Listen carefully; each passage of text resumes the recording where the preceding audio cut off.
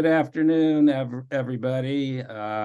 Thanks for attending today. Happy holidays. My name is Doug Pickford. I'm the president, CEO of Dulles Area Transportation Association.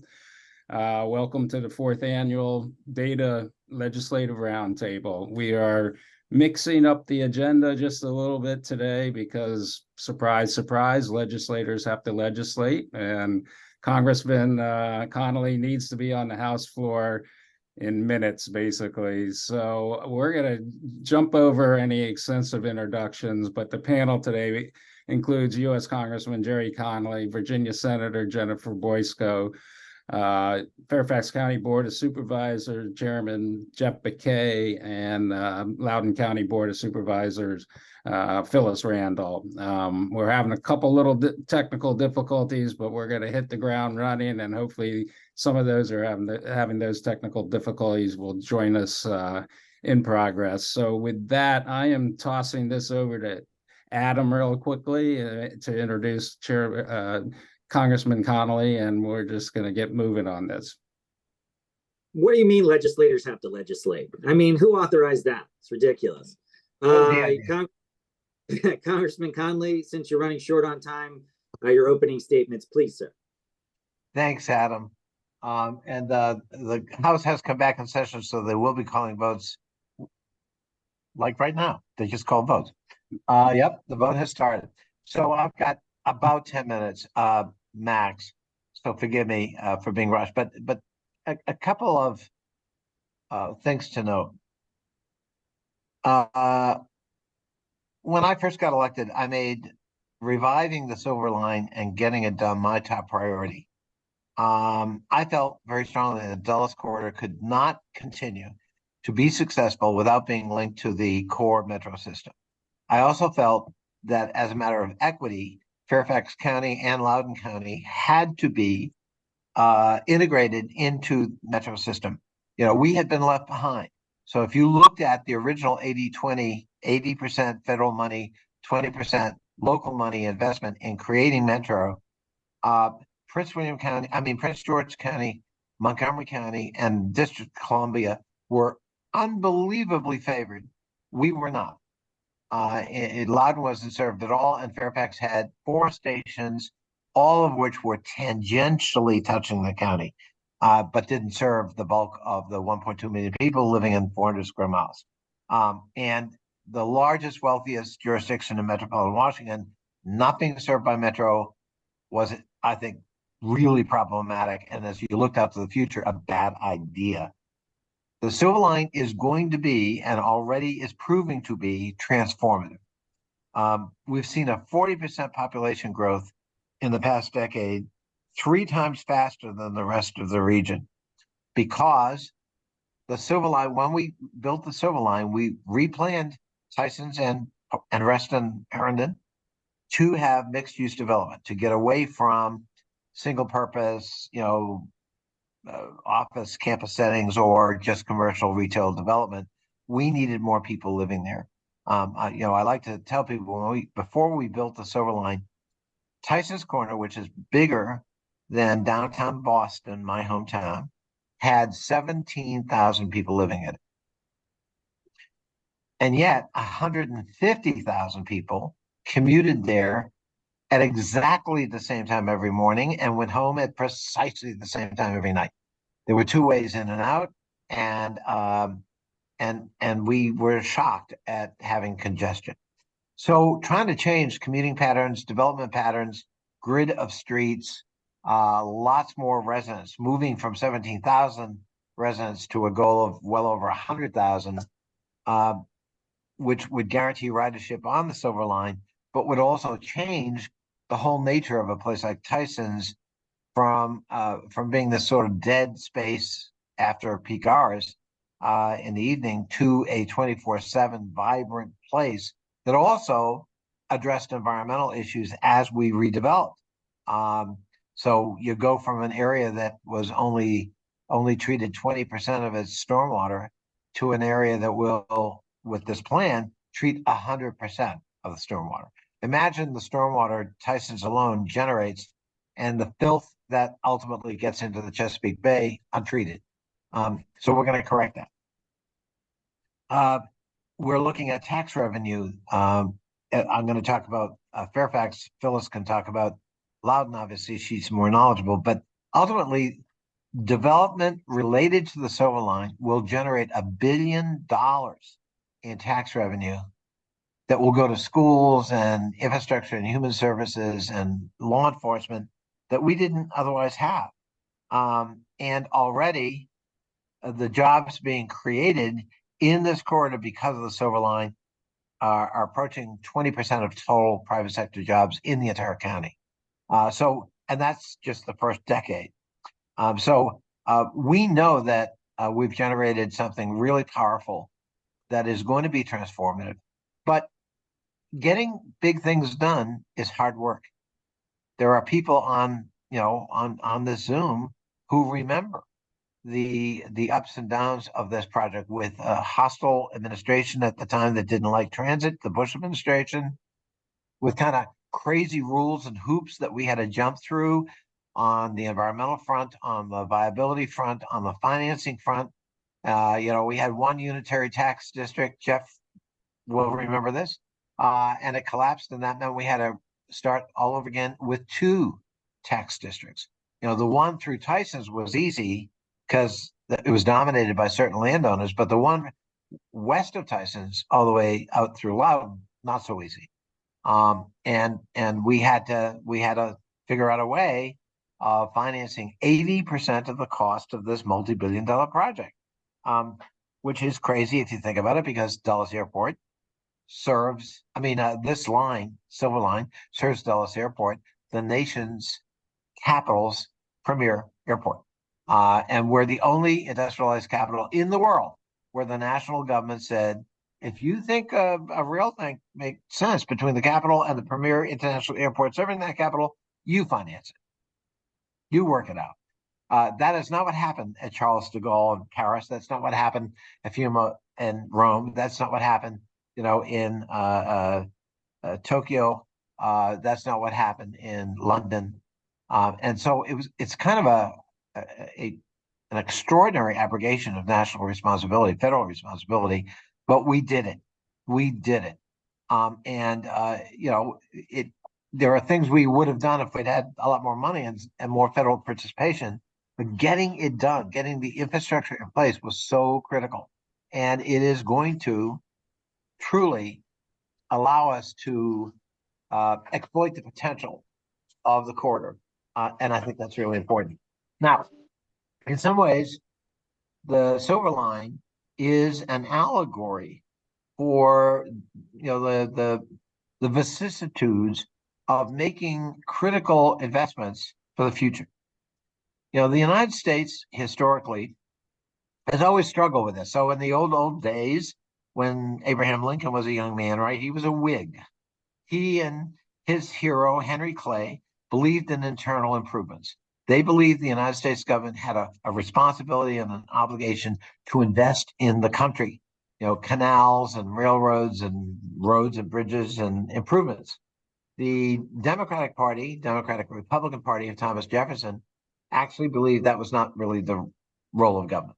And they kind of resisted those kinds of investments and improvements for a long, long time.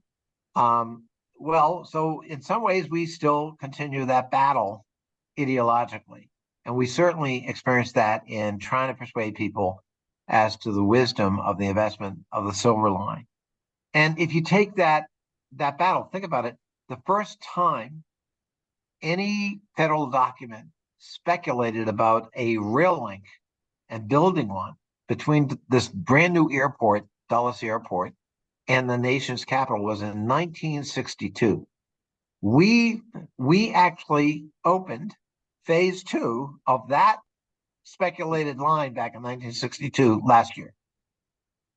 That's how long it took. It took 60 years. 60 years to get this obvious piece of infrastructure done, and largely led by and financed by local governments, local businesses, with state participation with our local money. If you look at China, they're building high-speed rail all over the country. They're building brand new subway systems all over the country.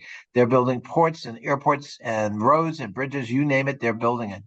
It's all brand new infrastructure, and it is connecting their country, and it is making them a very competitive place. A great country has to invest in infrastructure. And if you look at what happened in the last Congress, we finally stepped up to the plate and recognized that. We passed the largest infrastructure bill in American history in the 117th Congress. We passed the largest environmental investment in American history. We passed, of course, farsight industrial policy legislation in the Chips and Science Manufacturing Act to stay competitive. So the three-legged stool of investments in education, in R&D, and in infrastructure haven't changed. What has changed is we allowed ourselves to slide into disinvestment or very stagnant investment, and allowed competitors like China to really take advantage of that and accelerate their own investments we weren't making. So I think the 117th Congress is going to be remembered as a Congress that understood we need to kind of have a visionary approach here and make these investments. They have returns on them. It's not a sunk cost. As you know, I'll give you a small example, R&D example. The internet started out as 100% federally funded R&D project for the Pentagon called DARPANet. It was an internal communication network. Someone saw the commercial potential, and the rest is history. But it was 100% funded R&D project by the federal government. I don't even know how to calculate the return on that investment. It's approaching infinity. And if we look at, to get more parochial, the silver line, the return on that investment is going to be extraordinary in the billions and billions of dollars in terms of land value, in terms of jobs created, in terms of tax revenue, in terms of quality of life, in terms of attracting investment. And that's why the silver line was so important. And that's true all over the country in terms of infrastructure investments that are relevant and appropriate for other communities. And so, seeing beyond the years, having the political intestinal fortitude, frankly, to vote for these things, understanding they're going to have a return, maybe a return I'm not going to see, but that doesn't make it any less vital for the future and for future generations and for our community. They're going to stabilize the community, and they're going to provide a working asset that will last generations. The great example, one could point to is the interstate highway system. That was a project of Dwight D. Eisenhower 70-something years ago. It is still a gift that keeps on giving. There's still a return every day of the week on the interstate highway system, and it connected America. It reduced the cost of transport. It made certain goods, especially seasonal goods, available to Americans all year long, and it just connected the country. What broadband, I would argue, is sort of an analog to the interstate highway system today. And the Infrastructure Act does that. That we want to universalize broadband. We want every American to have access to it, so that where you live is not per se a matter of equity, because you get the same access I've got where I live, and therefore we can compete. We can have access to education. We can have access to remote working. We can have access to healthcare through telehealth, if necessary. All kinds of advances that now will be made available to me because I've got broadband. And the Infrastructure Act invests in universal broadband. It also invests in health for our kids, right? And replacing every lead pipe for water in America. That's a big deal. And that means hopefully eliminating lead poisoning for future generations. We saw the devastation of lead poisoning in a place like Flint, Michigan, just a few years ago. And no kid should be exposed to that kind of poisoning. But that was lack of investment in infrastructure, right? That we're dealing with ancient infrastructure, ancient relative to American standards, that were poisoning kids. So upgrading that investment means, safer schools, safer homes, kids not getting sick, and by the way, making the community a more attractive place for investment and jobs and the like. So I just think that the kind of vision we were able to demonstrate in the 117th Congress and the kind of vision we demonstrated locally years ago in coalescing behind the Silver Line investment is what we have to do looking out to the future if we're going to remain a competitive and great country and go toe-to-toe with the Chinese or anybody else, but also, frankly, embrace the future, be ready to meet those challenges and to anticipate the needs in terms of quality of life that future generations are going to demand. And hopefully we can, there's a stanza in America that's beautiful, to be able to see beyond the years. And what that really means is it's calling us to make decisions we may not live to benefit from, but we know that beyond the years, others will. And to have that kind of vision and that kind of intestinal fortitude politically is what we demonstrated in the Silver Line locally and what we did in the last Congress in the infrastructure bill, in the Inflation Reduction Act, and in the Chips and Science Manufacturing Act. Those three bills are really seminal pieces of legislation. And hopefully, as a country, we can continue to build a consensus around the need for such far-reaching investments to stay a great country. Well And said. with that, I've run out of time and I got to go vote. All right. It's great to talk to you and see you all. Thank you for having me. All right. Okay. And with that, welcome to this edition of the Data Roundtable here as we get together again for another year. It's good to see so many familiar faces: Doug, Jeff, Chair Randall, Senator Boysko, Chair McKay, everyone who is joining us on the chat.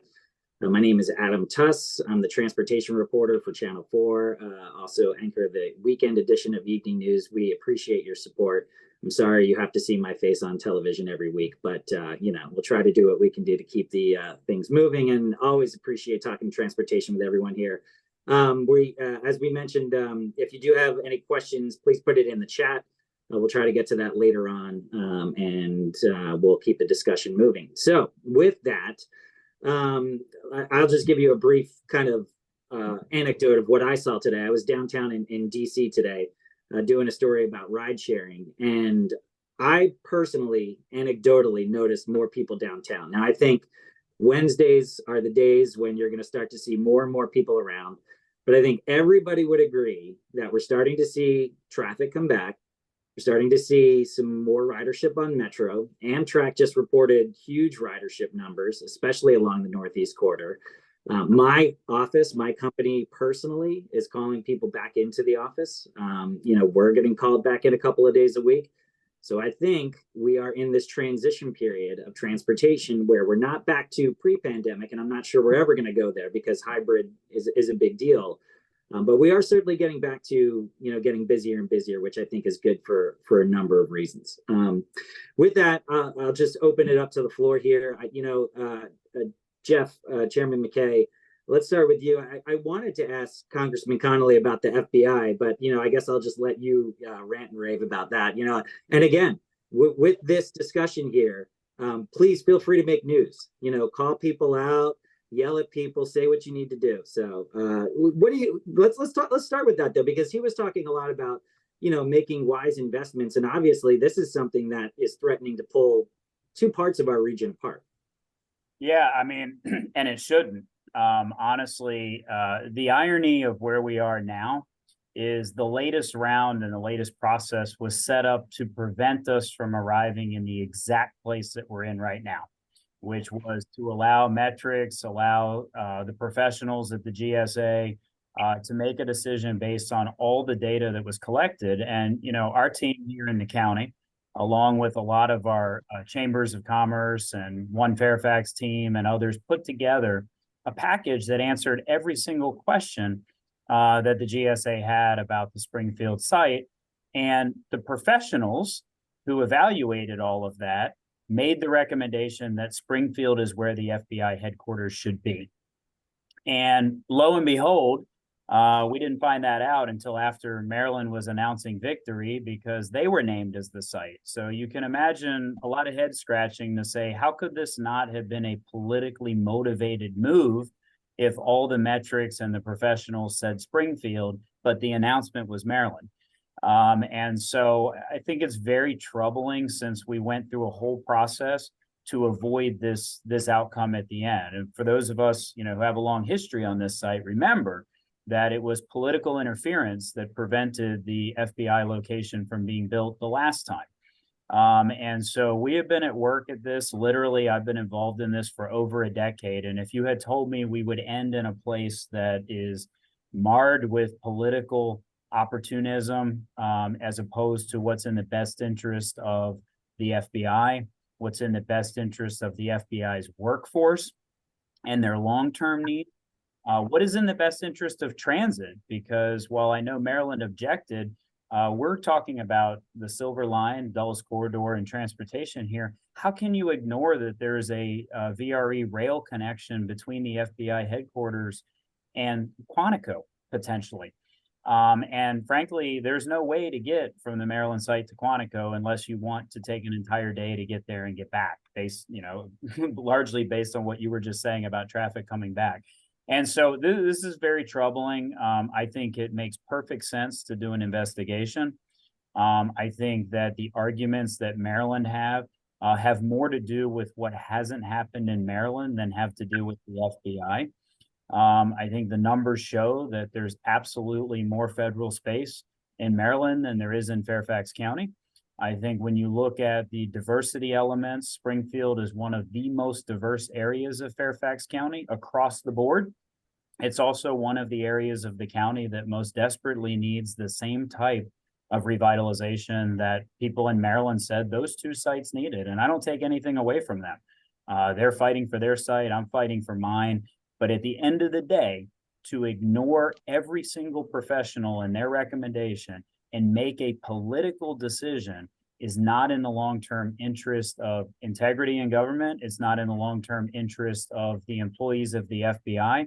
And I think the reason the director of the FBI came out in a profound way, an unprecedented way, and weighed in on this, says that it's not in the best interest long-term for their workforce either.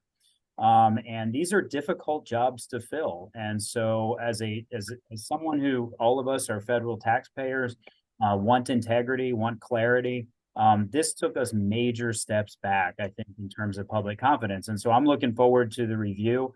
The Springfield site wins on every metric that we saw.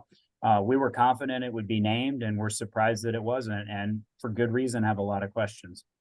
Yeah, Chair Randall, I don't want to spend a ton of time on this because I know it's not exactly the Dulles area, but it does impact Northern Virginia, right? Like when a decision like that is made.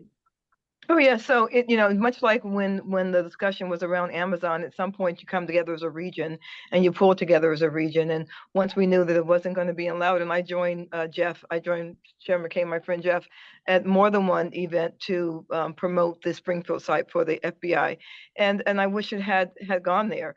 I don't think that it was helpful that our governor was kind of slamming the FBI here and there when he would talk. I thought that maybe wasn't the smartest thing to do from Richmond in the middle of us trying to get the FBI headquarters in Springfield. But I think that at some point you don't look at politics, you just look at the numbers and the metrics. And as Chairman McKay said, it did point to Springfield.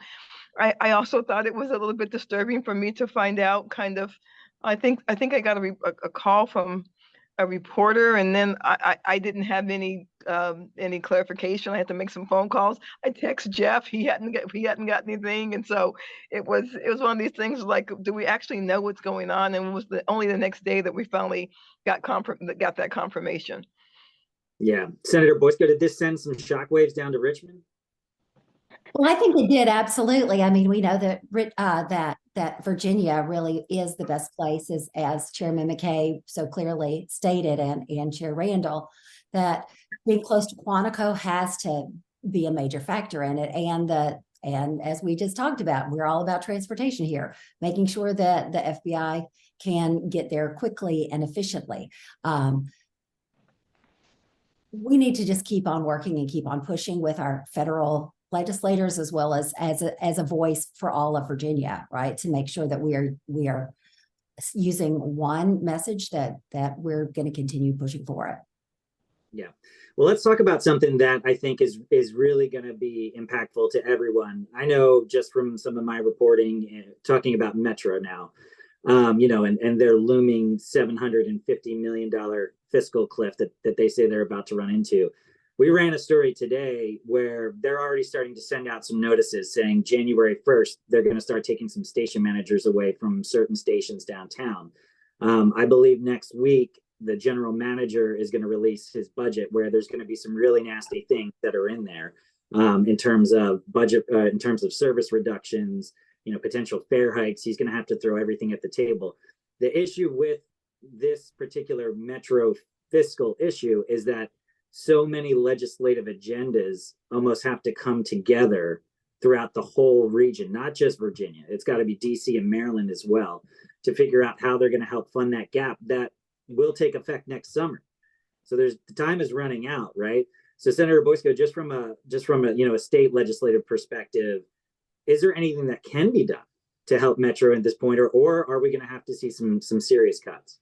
Well, I think it's do or die, right? We have to make some changes. We've got to address the immediate concern. And I'm stepping in as the chair of the Transportation Committee for the Senate.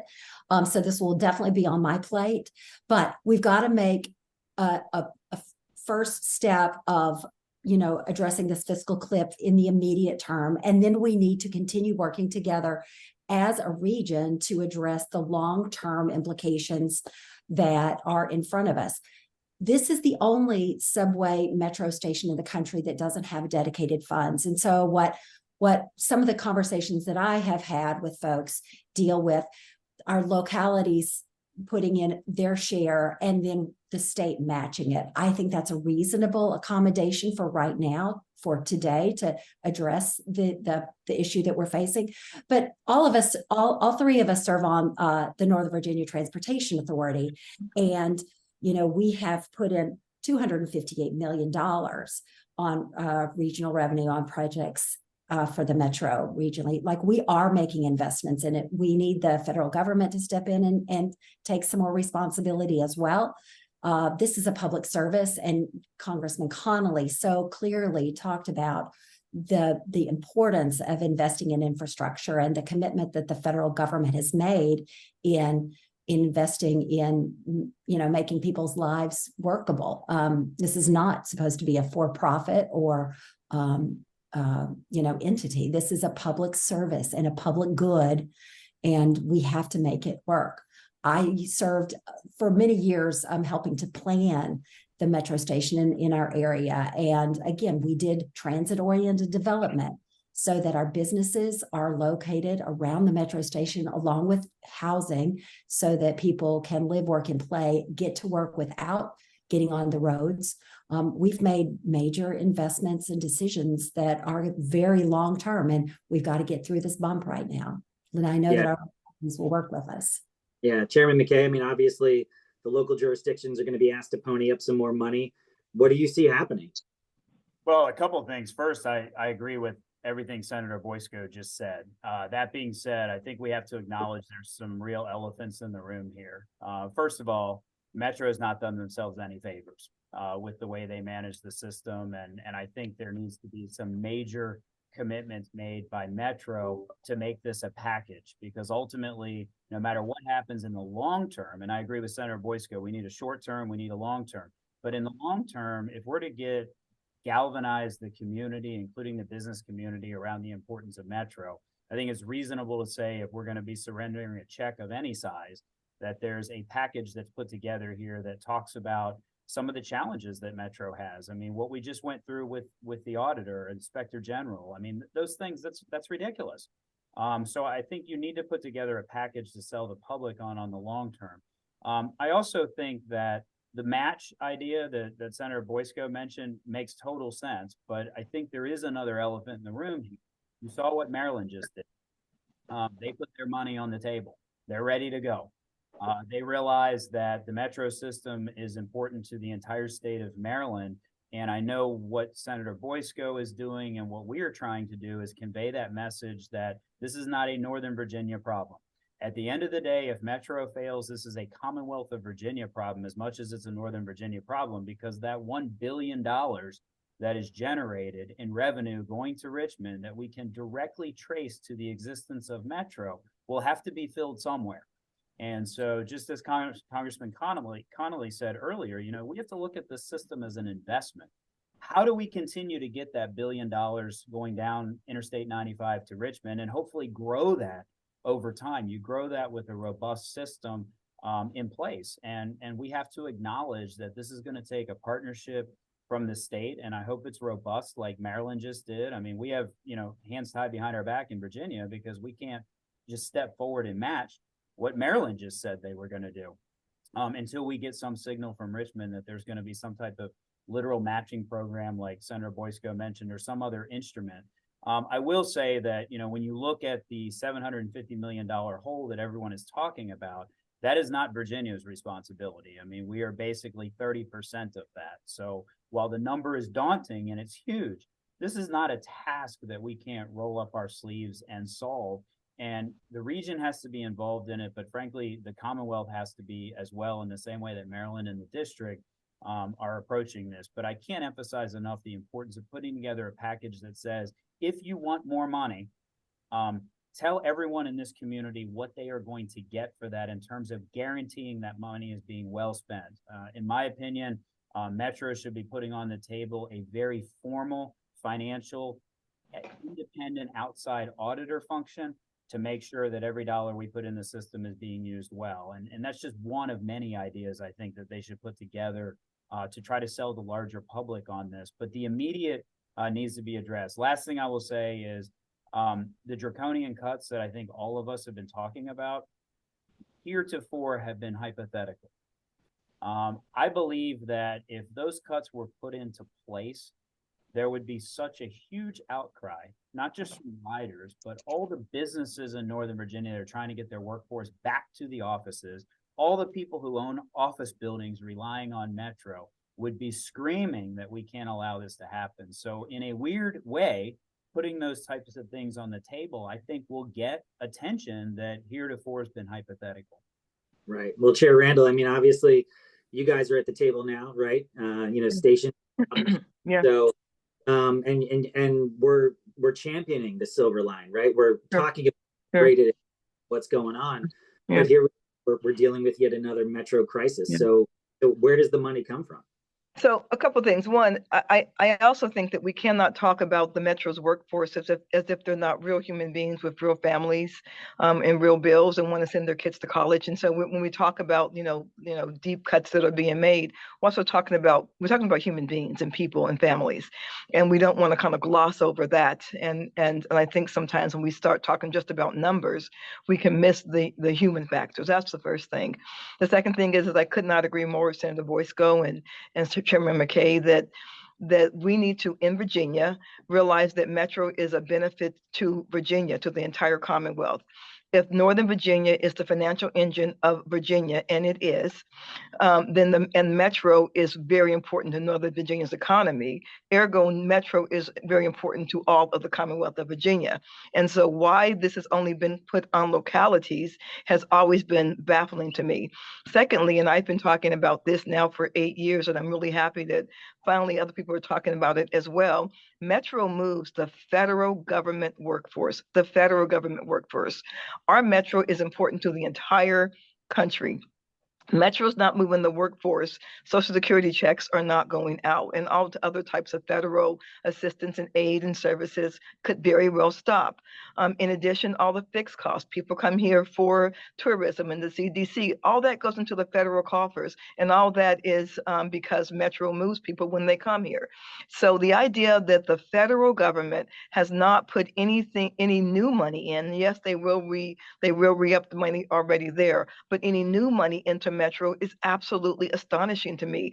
And as much as I am very, very appreciative and really friends and really admire our federal delegations, we should be pushing for that every single year, that the federal government should have a much, much larger piece of this pot, because it's a federal workforce. And so it's not as if this is California or New York. I mean, you know, obviously you want all the rail systems, all the transit systems, all the bus systems to keep moving, but the Metro stops moving, the federal government shuts down, and we have real implications around that. And so, yes, the Commonwealth needs to, but also the federal government needs to. It cannot just sit on the back of the taxpayers of Northern Virginia to fund the entire portion of Virginia's cost of Metro. And I, you know, I feel like we, you know, some of us, especially local officials, have been saying this for years, and now here we are. And so, you know, if maybe 5 years ago, 10 years ago, 15 years ago, we had started this, we wouldn't be in this place right now. But there has been some passing the buck, because no one wants to say they raised taxes, and everyone wants to go, you know, come back and, you know, and run on, I didn't raise taxes. Well, yes, you didn't raise taxes, and I understand why that's important, but you're also going to lose your transportation system. And what's that going to do to the economic viability of the entire Commonwealth, and to a lesser degree to the entire country? Yeah, not to be the bearer of bad news, but if that's 750, go ahead, Jeff. Go ahead. Yeah. But I do want to say one thing, because what Chair Randall said was exactly right. One of the things that we have forgotten is the federal money is fixed. We've been getting the same amount every year since it was put in place. That's right. Adjusted for inflation, we have lost millions and millions. That's right. Local governments get their bills every year. They're based on the real costs of that year. And so at a minimum, the federal exactly should adjust for inflation. Yep. Yeah. Absolutely. And not to be the bearer of bad news, as I was going to say, but if we plug this $750 million gap, that only gets us through this year.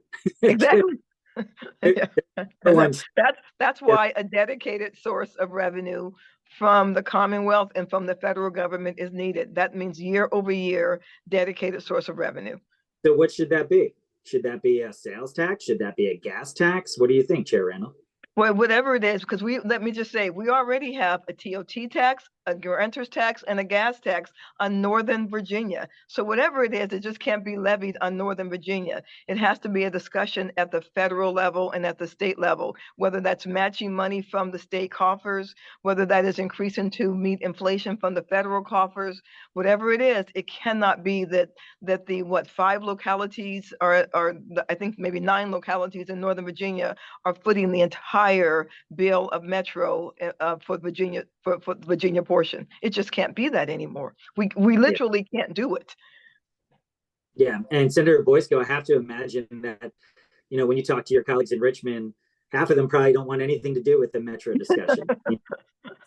You know, we always talk about that there are really 3 big engines of economic driving, and it is the airports, Dulles and Reagan. It is the Port of Virginia, and it is the metro system. It's a 3-legged stool. That is what moves Virginia. That is what allows us to have such a vibrant economy, and is what is an essential part of why we are and have been the best state for business in the country, because we do have a really successful story to tell. And so I am forever telling my colleagues that this is not a regional issue. This is a state issue. This is something that we all have to invest in. This is something that is valuable to every corner of the Commonwealth. And I'll continue shouting that from the rooftops. Yeah. And while we have you and your cat. Talk about the recent statewide elections and how it's kind of changed things a little bit. Is there anything that you can tell us about the way that people are thinking about transportation funding in terms of, is it more roads? Is it more transit? Is any of that changing? Yeah. So, I mean, I am a Democrat, as you're aware, and Democrats won in the House and the Senate with very narrow margins, but we still have the majority vote in both of those chambers. That will mean that legislators are more interested in environmental quality and making sure that we're being more thoughtful about workers, as Chair Randall brought up. And so I think that you are going to see some some more focus again on things like electric vehicles and making sure that infrastructure is there for them, making sure that we're investing in bike and pedestrian action, routes, and being fiscally responsible as we always have been. I am coming in as the chair of the Transportation Committee, and we will have the incoming majority leader is Scott Surville, my colleague who is from Fairfax County also. And then Delegate Don Scott will be he is the presumed Speaker of the House from Portsmouth, also a very congested and crowded area who understand the needs of a vibrant transportation system. So, we are going to look at this holistically across the state, make sure that we are not leaving other people out. Route 81 is a corridor that needs a lot of attention. And I think what you're going to find is that we're going to have people from different parts of the Commonwealth coming together to solve these solutions. We believe in being bipartisan and in being collaborative. And we hope that the governor will see that working together is actually of benefit to everyone. Yeah. Chairman McKay, when you go through these different elections and people are going to come and go, does it require an extra level of finesse when you're asking for things or kind of collaborating on things, if that makes sense, in terms of funding or transportation or anything along those lines? I think it does. As you say, people can come and go, and I'm delighted to hear Senator Boysko's position. But I think all of us in Northern Virginia are cautiously aware of the fact that we've lost a ton of seniority in Richmond in one election cycle, and so as another Democrat, sure, I'm glad we've held on to control in the House, because I think it does force the administration to have to work with more people as opposed to just everybody of like mind, and that forces compromises, and compromises we need right now to get things going. The loss of seniority is a challenge. We're going to have to see how that works out. I'm confident that will be leadership positions in Richmond where people, as the senator said, understand the needs of Northern Virginia are a little bit different. There are some troubling things. Honestly, what the Commonwealth Transportation Board just did with the changes to the Smart Scale program leave a lot of people in Northern Virginia thinking that what Senator Boysko just said in terms of bike and ped priorities and other things don't seem to match up with some of the things that presumably the governor can just do because of the CTB and other instruments at his disposal. And so this is where I think having the Democrats controlling the House and Senate and forcing conversations on those issues and forcing compromise is how we're going to get through the next couple of years. But, from a political standpoint, we can't, and I know, many of the people on this call share this opinion, but the state can't keep giving money back to people when we have a major metro hole, we have major issues with mental health, we have an underfunded public school system, dramatically underfunded public school system. And those of us at local government, we want to continue to prioritize road and infrastructure, but understand every dollar that the state is not funding to meet its own requirements with public education is a dollar that comes out of our ability to pay for and do ped, bike, and road and transit improvements that our region needs. And so yes, it takes a different level of finesse. It's going to take cooperation. That doesn't mean that the frustration level still isn't high, that I think you see that with all of us, that the state make good on the financial commitments that we feel like are necessary at local government so that we can free up funds to prioritize a lot of the other things that we're talking about here. Yeah. And Chair Randall, your thoughts on all that really quickly? Yeah, I agree. I think I read that 34 state delegates are new, have never been down, which is a huge number. That's just a huge number.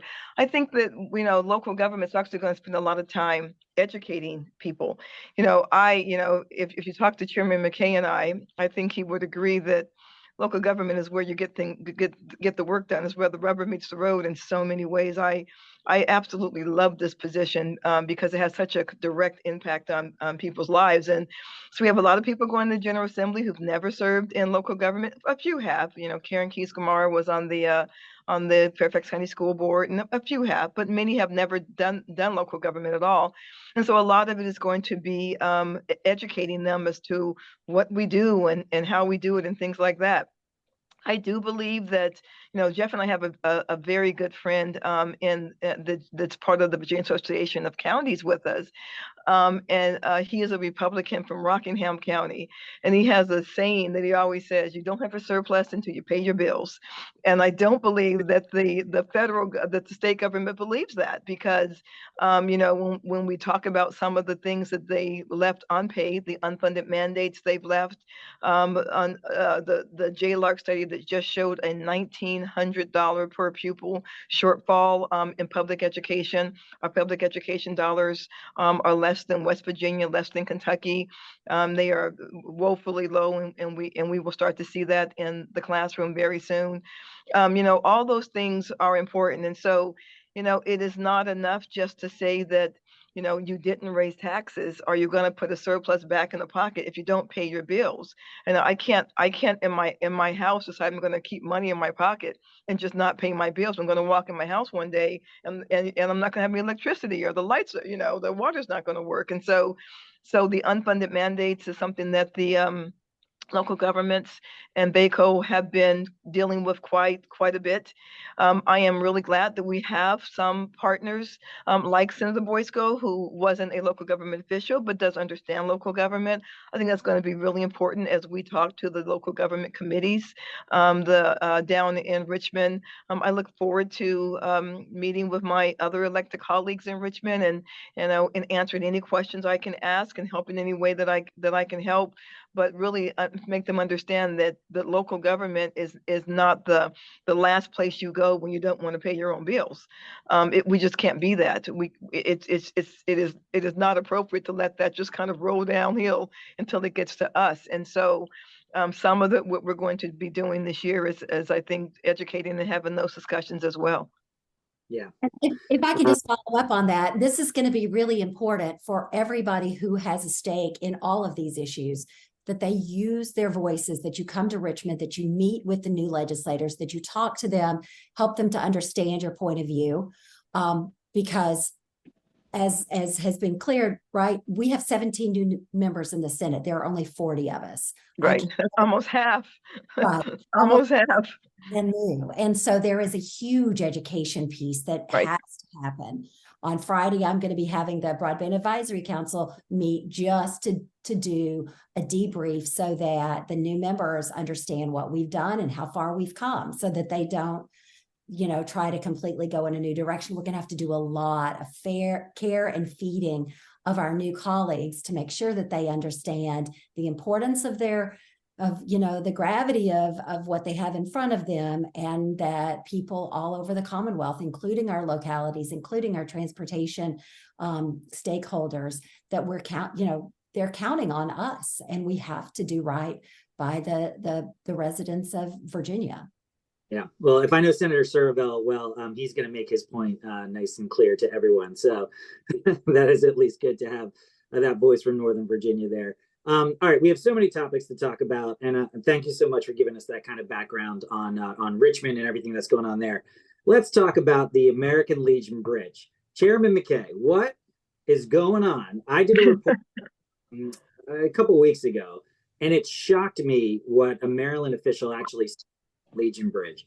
He said that by the end of the decade, it's either going to need to be replaced or completely rehabbed. That's 6 years from now.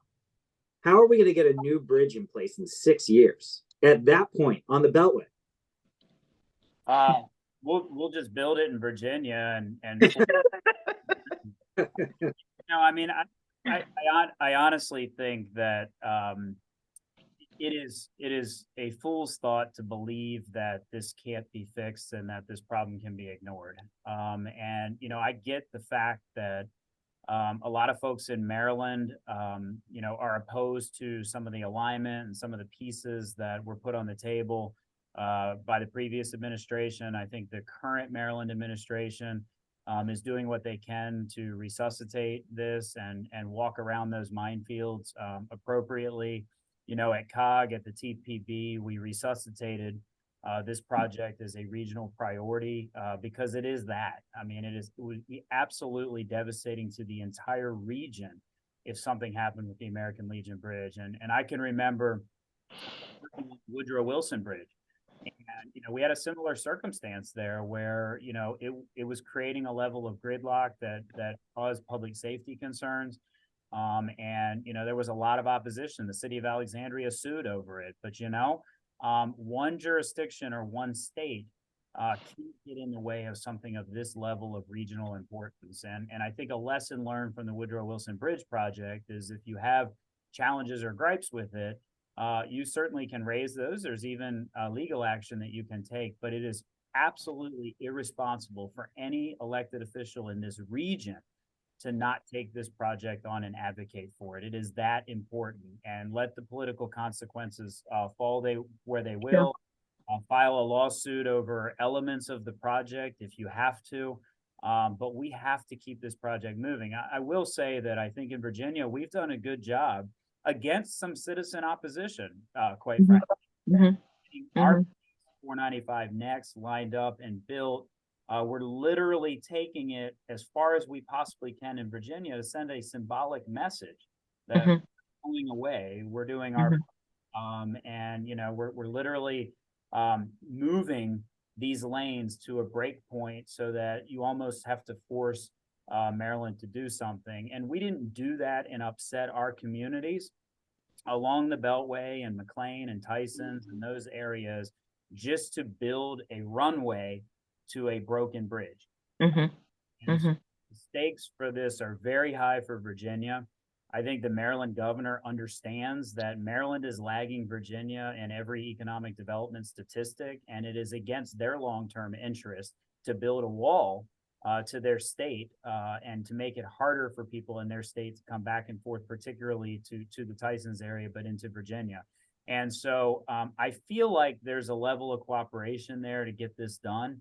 But I am as worried as you are about the timeline, and that's why we're not stopping what we're doing on the Virginia side. We are building everything we have to be prepared for what a new bridge will be, regardless of what's happening on the Maryland side of the river. But anyone who's traveled in Northern Virginia, whether you're from DC, Maryland, or Iowa, you have been stuck in the traffic associated with the American Legion Bridge. I can assure you of it.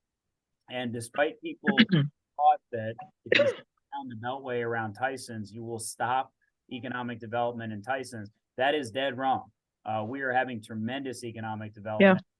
So even if this was a parochial regional fight between two states and you wanted to attract people out of Tyson's into Maryland, this is not going to do it because even with all that traffic, we still have a lot of things happening in Tyson's. And so, we're going to continue to work with the administration. I have always fully supported the projects in Virginia that line up and provide us the real opening to force this issue to be addressed. And the last thing I'll say is we've seen across the country where benign neglect of key pieces of infrastructure have in some cases caused fatalities. Absolutely. We don't want to be in a position where we are trying to fix a bridge because we waited so long. And by the way, Maryland will be the ones answering for that, not Virginia. I don't want to be in a position where there's a public safety issue that comes up and all fingers will be pointed at them. So I think they're getting on board much slower than I would like, but I have faith in this new administration to ink something out and to get going here. Because as you point out, time is of the essence. Yeah. And Adam, if I can add to that really quick, the other piece of that is one of the things that Maryland has been saying for years is that the reason when asked about a second bridge crossing, they've said for years, we don't need a second bridge crossing. We just need to repair the American Legion Bridge. That's been said for years. Well, okay, if you have to do one or the other. And so if you're going to tell me that a second bridge crossing is not something that Maryland is willing to do, and my gosh knows Virginia has tried to have that discussion. And I mean, in fact, I've gone over to Maryland multiple times. I talked to my elected colleagues in Maryland through NACO, and I finally asked, what is the issue? Why can't we do a second bridge crossing? I found out that the very first briefing on a second bridge crossing was done during the Kennedy administration. And so if you're not going to be willing to do a second bridge crossing, then you absolutely have to take care of the bridge we have now before, as Jeff says, we see some fatality happen because of just neglect, as if, you know, it will go away or something. We have to fix it. Yeah. And for those that don't know, the bridge's responsibility falls within Maryland's line. Right. So much what Maryland has to do. They actually have to build the bridge to get a new bridge done. Senator Boysko, we're talking about bridges. Let's go down the Beltway a little bit and talk about the Wilson Bridge corridor, specifically from Springfield over. There's a lot of talk about potentially extending express lanes, you know, all the way around the Virginia side of the Beltway. How do you feel about express lanes? Do you think they work? Do you think that they're warranted? Do you think this is a good idea? Well, you know, Adam, seeing that Maryland has not joined us on the American Legion Bridge and the express lanes there and the congestion that we see every single afternoon, I know that I cannot go to Tyson's and try to go to Maryland anytime after 3 o'clock in the afternoon until much later. I think we need to be very thoughtful about coordinating and collaborating with Maryland so that we don't end up with the same bottleneck that we are experiencing on the other side of the county. My new constituents are dealing with this every single day, and it's really untenable that it would take you, 3 hours to drive what should be 20 minutes. So unless we have an agreement and full confidence that Maryland is going to extend them on their side as well, I would have some caution. The concept of the express lanes is a great one, and certainly within Fairfax County, you're able to zip in and out, especially encouraging 3 people in the car together, which is great for the environment and reducing emissions. But until we can make sure that that's going to happen, I feel like we're just going to be blocked in on both sides, and I don't think that's what we want. Yeah, Chairman McKay, I'm guessing you have something to say about this.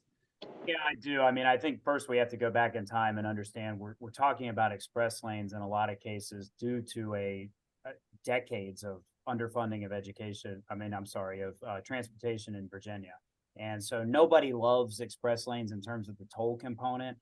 Everybody loves the fact that we're creating an option when there's not the revenue to be able to do the projects that are imperative to our region. I think the important thing about this segment, there's a couple important things about this segment that have been missed. And I will say, I strongly believe we have to do this segment. And here's one of the reasons why. From an equity standpoint, side of the Beltway, east side of 95 on the Beltway was deliberately ignored when the rest of the county had express lanes built. And it was done because no one thought the revenue would be there to support the lane, or else it would have been completed on day one. But mysteriously, this one piece was left out. And so from an equity standpoint, we have an interstate highway system in Fairfax County that every single piece of it, except this piece, has an inherent transit advantage built in because of the construction of the express lanes. This is the only segment of interstate highway that has no transit benefit today at all. The buses are sitting in the same traffic as everybody else. And so from an equity standpoint, I think we have to complete this piece. It's not the same as the American Legion Bridge, where we need to, encourage Maryland to be on board. I do think Senator Boysko is right. We want their cooperation, but there is gridlock. I live a lot closer to this segment than I do the American Legion Bridge segment. And even after the huge piece of infrastructure, federal infrastructure of the Woodrow Wilson Bridge, which, by the way, was funded largely by a congressional earmark to get it done in the first place, even after that, we have gridlock every single day as you approach the bridge. And part of the reason is because there's no transit alternative. There's no incentive for carpooling. And so you have a lot of single occupancy of vehicles that are stuck there. You have people who are in our express lanes network who, when they get to Springfield, shoot out of it into the general travel lanes, causing problems. And so if you're going to go down the route of express lanes, you have to develop a network to make it work. And while I can't solve what Maryland's issues are on the other side of the Woodrow Wilson Bridge to tie into this, I can say that it is inherently unfair that this segment of interstate has no transit benefit when, in fact, there's huge transit ridership in that area. Huge transit ridership along Route 1. There's the Huntington Metro Station that's entangled in this.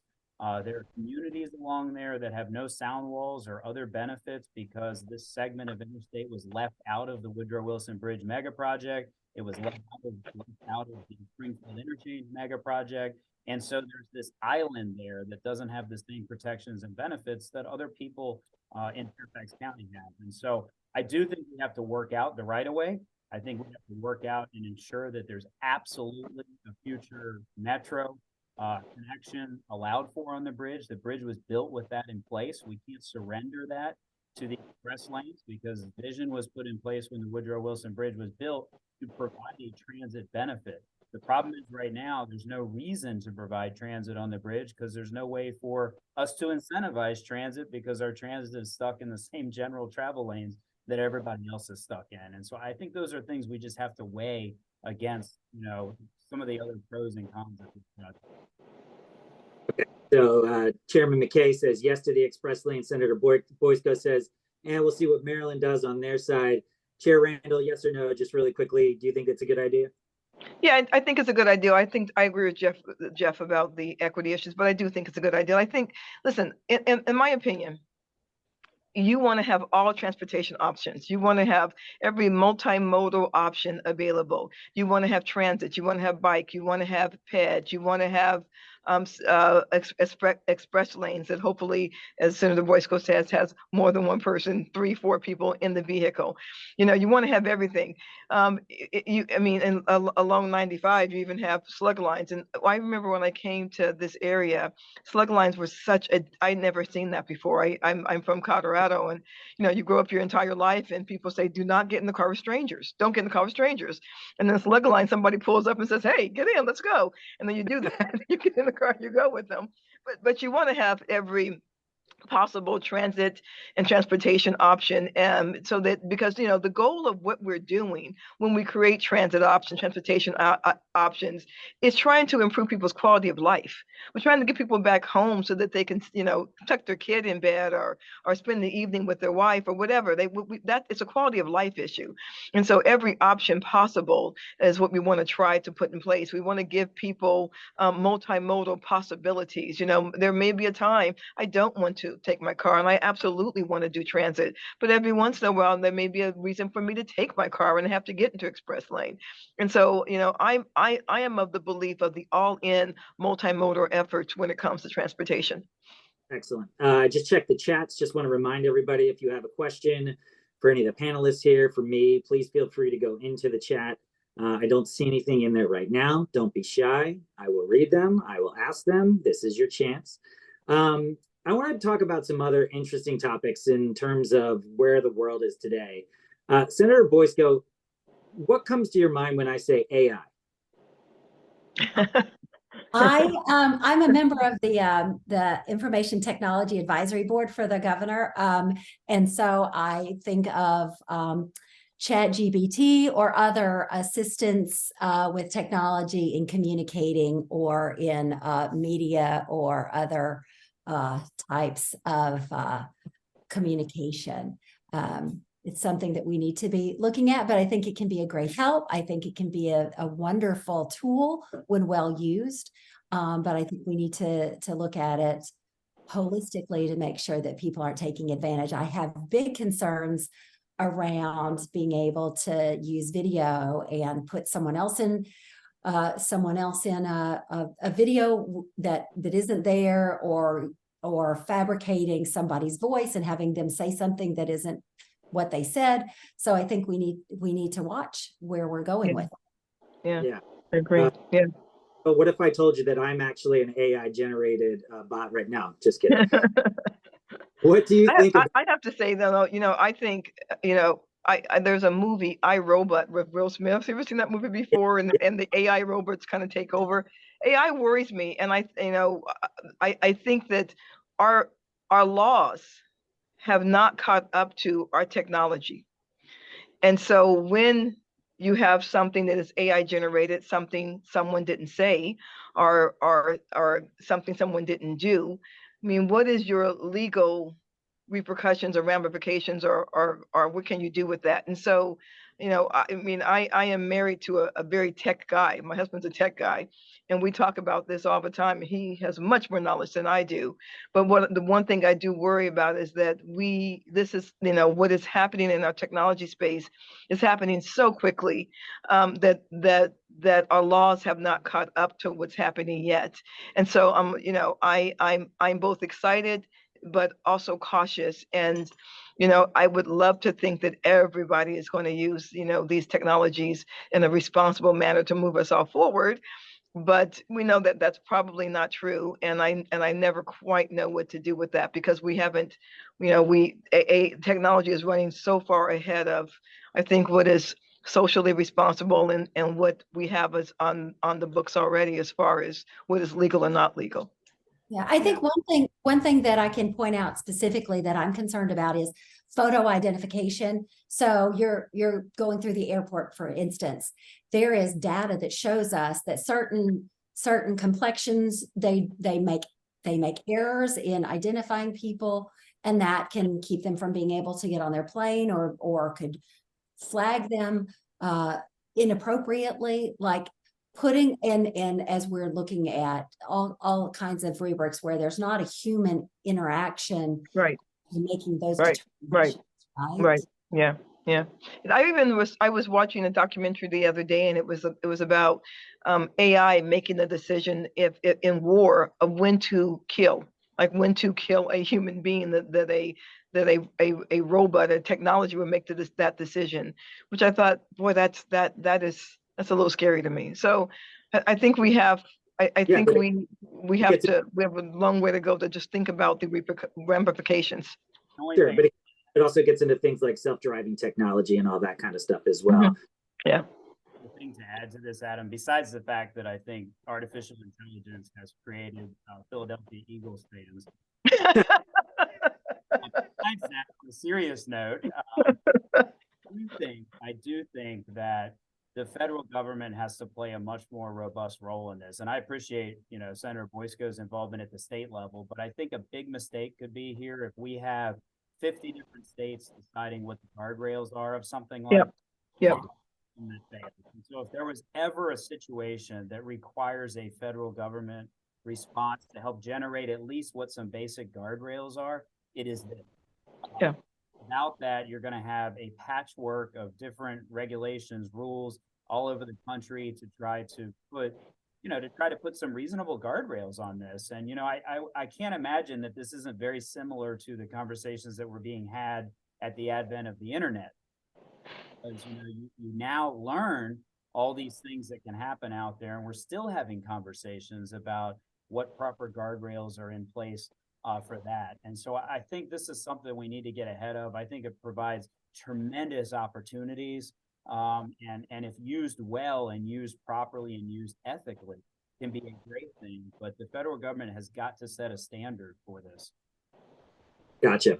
Let me just remind everyone to mute when you're not talking, because I feel like there's a little bit of interference. And Jeff, you're a little low, so get closer to your microphone if you can when you speak. At least it is on my end. I don't know if it is on everybody else's end.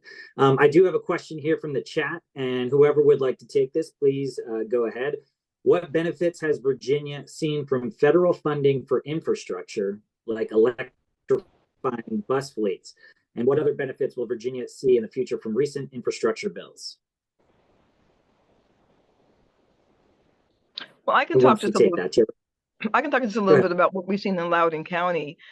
We have some major corridors in Loudoun County: North Star Boulevard, Route 7, Route 28, that we've been able to get some of the infrastructure money to improve, to widen roadways, things like that. And so, it is sometimes we can focus, and we should focus on I-95 and I-66 and bridges and those types of things.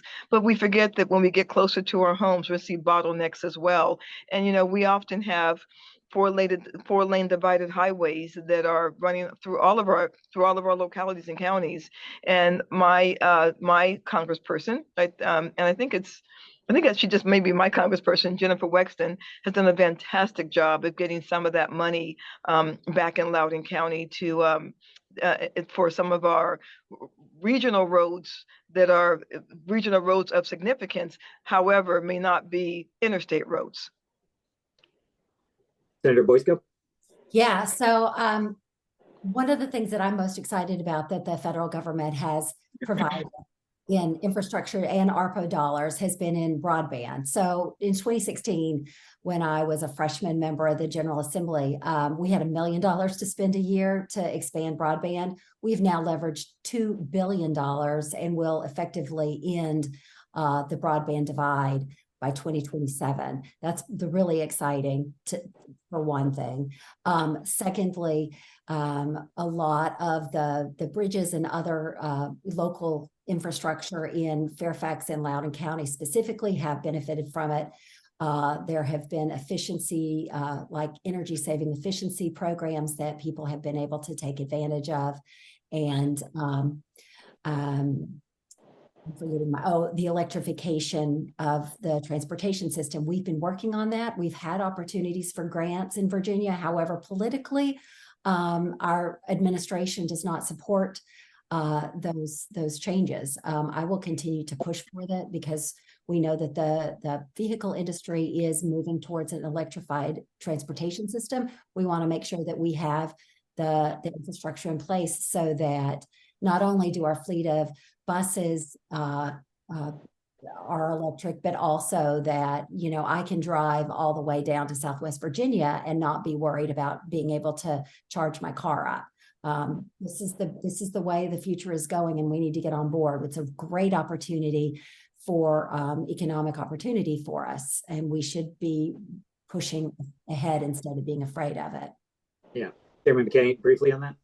Yeah, we've used money for a number of projects across the county. I will say on electrification, one of the big success stories of this, and it was because Metro was heavily involved, is we electrified an entire bus garage in Fairfax County and run entirely electric buses out of there for Metro and Fairfax Connector. And so that's the type of thing that would have been cost prohibitive for us to do solely as local government. And given the challenges Metro is facing, it would have been cost prohibitive for them to do that as well. And so I think the infrastructure bill, when it came, has been very helpful for us, not only in getting projects we know are necessary to be done, but also to get projects that we all would have liked to have had done, but don't have a financial instrument in order to complete. And at the end of the day, that is creating a bunch of jobs at that facility. We're training people on how to, repair and take care of an electrified bus fleet in a very sophisticated way. We wouldn't have been able to do that without the infrastructure money. I'm glad you guys are talking about EVs. I did a story recently. There was a woman who lives in Herndon, and she wants to buy an electric vehicle, but her HOA, she lives in a townhouse. Her HOA won't let her put the electric charging station on what is common property. And these are the kinds of issues that people are running into because they think, oh, I'll just go get an electric vehicle, but the infrastructure really isn't there yet. Yeah. So it looks like you're nodding to this. What do we tell people in terms of, hold on, this network of charging stations is coming. It's going to be at every gas station. There's going to be 2 charging stations, because quite frankly, I thought we'd be a lot farther along than we are. Yeah. So I've been working with Loudoun County specifically on expanding infrastructure opportunities in HOAs and in zoning, but also I carried a bill last year that specifically would have allowed the HOA to, or a resident to be able to put a charging station in their HOA, like to make sure that they had that ability. We've got to continue to message this and educate the public about why this is going to be important, because one, we are, climate change is real. Secondly, we need to look at the way the books are in the past and move into the 21st century, and EVs are going to be a big part of that. It's better for the environment. It's going to be better for us. And our local governments already understand this. We need to continue to educate my colleagues in the General Assembly. And with this new group of people coming in, I think it's an opportunity that we really need to continue to push on. I will also say I am the the Senator and Chairman McKay know this. I am the chair of MBTA, of which all of us have sat on MBTA, and there has been, I think MBTA has had the probably regionally the biggest push around electrifying electric infrastructure for our vehicles. And so there has been a lot of focus just regionally on this issue through MBTA. I would tell you, Monica Backman put that before us, I guess like 3 years ago. And it was, I think it was brilliant that we started talking about this already. And I do think that it's a lot of, human behavior is hard to change. And so a lot of it is educating and encouraging. I have met very few people who actually don't care about the environment. I mean, I no longer try to say, yes, I absolutely believe that climate change is real, but really what I say is, whether you believe climate change is real or not, isn't it good for the environment just overall? And so I haven't met anyone who doesn't want to help the environment overall. Call it whatever you want to, call it a bologna sandwich. We want to help the environment. And so I think some of that educating people about how to do that, how to help the environment. What kind of world do you want your children to live in? What kind of world do you want your grandchildren to live in? Those kind of conversations are what I think move people. And so it's not so much you're going to have to have an electric vehicle one day because it's coming, but you do care about your family, you care about the world that we live in, and you want to pass down a world to the next generations that is as healthy as the one that you received. How does that look and how does that happen? And so some of that messaging, I think, has been really important. Secondly, I think it's really important, in Loudoun County, we have something called government by example. And so before we go out and ask our private businesses what they will do on this effort, we actually put it into our comprehensive plan that we will have electric charging stations in every single county facility. And that means libraries and our sheriff stations and fire stations, all of them, because, the government should not ask people or ask businesses to do something that we're not willing to do ourselves. And so we put it in writing in our comprehensive plan that we have a plan to get this done and how, and that's already starting to happen. And finally, I would say then at that point, we do go out, and especially to our larger employees, our malls and things like that, we say to them, would you be willing to put these EV charging stations in, and why not? My colleague Karan Sains, every time we have somebody that comes in and wants to have a new gas station, his first question to them is, and how many EV charging stations are you going to put in at your gas station? So it's a way of just having this making this conversation part of our regular conversation, almost, every time we talk about transit and transportation at any regional or local municipality body, just have that conversation and just make it part of our regular vernacular. That story you did is important because we have to acknowledge, as someone who uses an EV, multiple EVs, you cannot use an EV unless you can charge at home. Let's just easy here. I mean, you can put as many things along the interstate and businesses as you want, but the cost-efficient way and proper charge is to be able to charge at home. And so one of the things that we've done is waived all fees for HOAs. We've even put a grant program in and helped them pay for installing EV charging stations at HOAs. But the problem that we've run into is two things. One, we've changed our parking regulations because you run into parking problems with total number of parked vehicles, and the exclusive use for one person of private open space is a very technical legal issue that HOAs are grappling with, and it's real. The second thing is HOAs have bylaws, and many of them can't generate enough people to change their bylaws to allow them to approve something like this. And this is where something like Senator Boysko's bill becomes important, because we are providing grants, we are waiving fees, application fees. Local governments cannot supersede an HOA regulation. We cannot. A lot of these are running into dead ends where there's a will to do this. There's not a legal path to be able to do it. Someone could have contemplated when bylaws were originally drawn up. And so I think that's a very real problem that at a state by state level, we're probably going to have to address and make that easier for the HOAs that do want to do this to do it. And we have to keep incentivizing it by keeping our regulations out of their way and being helpful to them to be able to establish it. Yeah, and not to belabor this whole point, but this woman had said if she wanted to run like a cable from her house out to the car, she would have had to take like insurance out on the cable in case anyone tripped over it. So it's just, there's so many things that I don't think people have necessarily thought through. Yeah. And the issues that we're finding out in real time, you know, as we go through this EV challenge. Real quick, guys, because we have a bunch of questions in the chat and we're running short on them. It always happens. Jeff, someone says last year you mentioned eliminating the reversible lane situation on the 95 express lanes. Has there been any movement on this issue? How are you going to fix 95, Jeff? Well, it shouldn't have been built this way to begin with, as I was saying back in those days. But I do think there is movement because of the nature of the conversations, as I think all the people on this call know, we're out of the loop.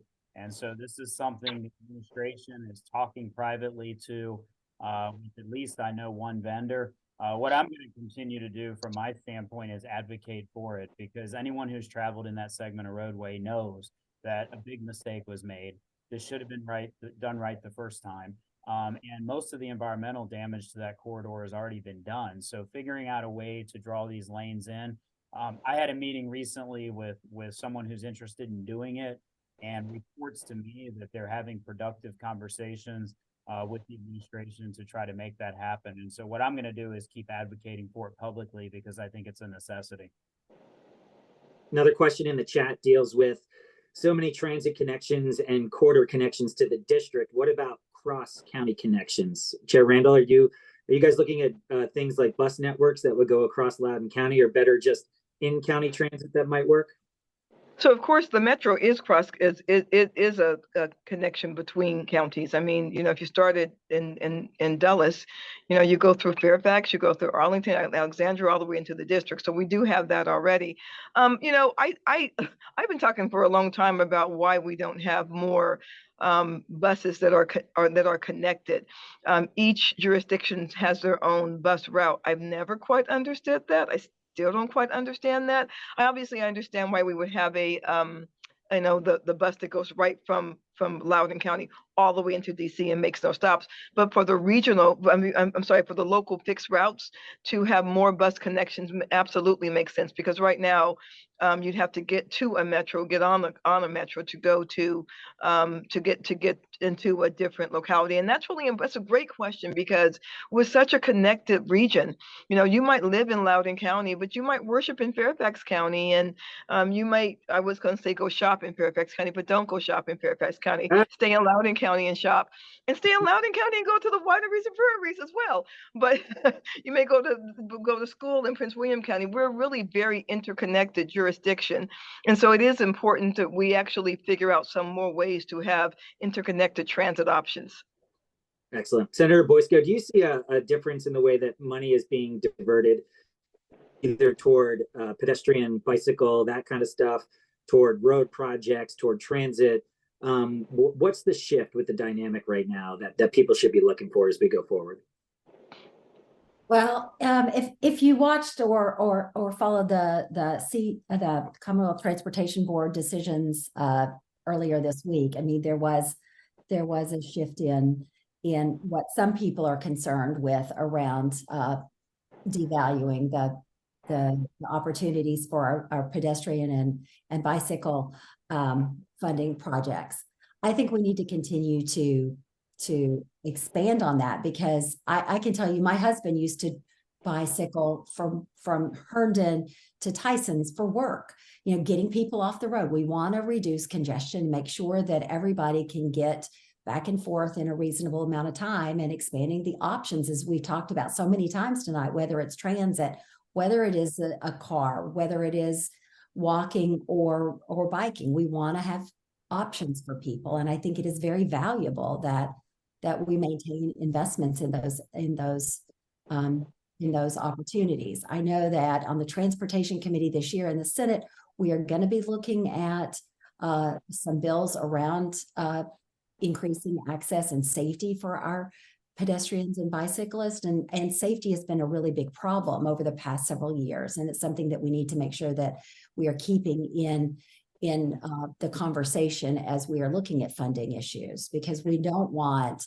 a bicyclist on 66 or on 495. We want to make sure that they have a dedicated lane for themselves in a way that they can get to and fro in a safe manner. That is. It's also why we have to protect, the MVTA money through local distribution. MVTA has distributed $1 billion to our member jurisdictions, and that can all be used for bike, for ped, for bus rapid transit, for other types of transit.